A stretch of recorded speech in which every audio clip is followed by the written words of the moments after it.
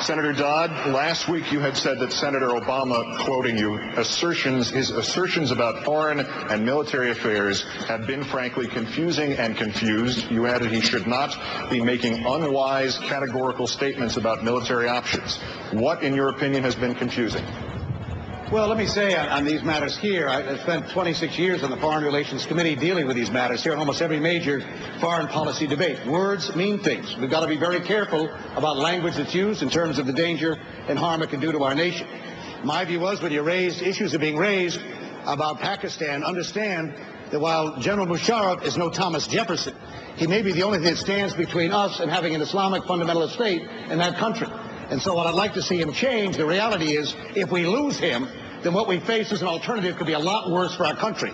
I think it's highly responsible or irresponsible for people who are running for the presidency and seek that office to suggest we may be willing unilaterally to invade a nation here that we're trying to get to be more cooperative with us in Afghanistan and elsewhere. So my views, and I say this respectfully to my friend from Illinois here, I think it was wrong to say what he did in that matter. I think it's important for us to be very careful about the language we use, make it clear that if this United States is going to build the relationships around the world, we're going to have to do so with allies, in some cases allies that we may not particularly like. Senator Dodd, thank you. Senator Obama, yes, you've taken some hits here from us, so yours is the last word on this subject. Well, look, I find it amusing that those who helped to authorize and engineer the biggest foreign policy disaster in our generation are now criticizing me for making sure that we are on the right battlefield and not the wrong battlefield in the war against terrorism.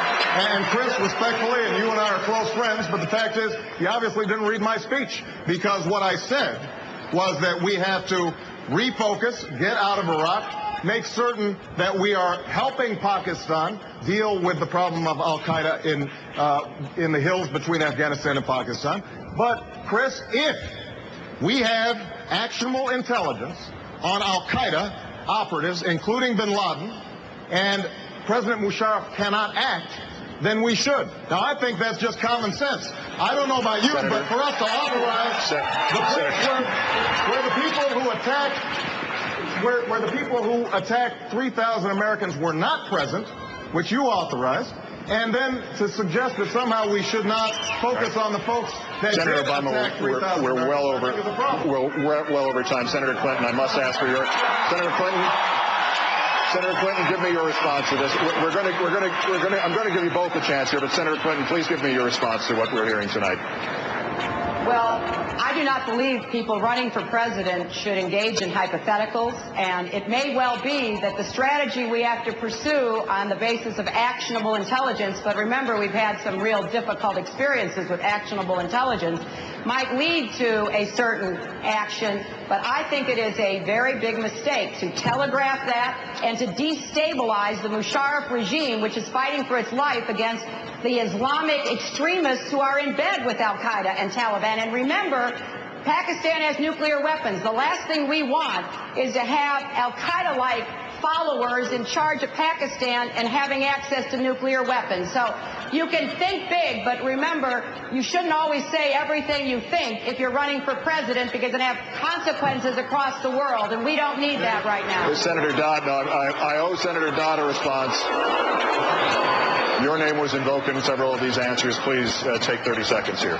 Well, I just want to say, look, and Barack, you know, I certainly said, look, I made a mistake in that vote in 2002. I don't deny that. But when you make a mistake, as you will, on something like this, I think if I had the courage, I made a mistake on the vote in 2002. If you're making a mistake today, you ought to stand up and say so. It was a mistake, in my view, to suggest somehow that going in unilaterally here into Pakistan was somehow in our interest. That, I think, is dangerous, and I don't retreat from that at all.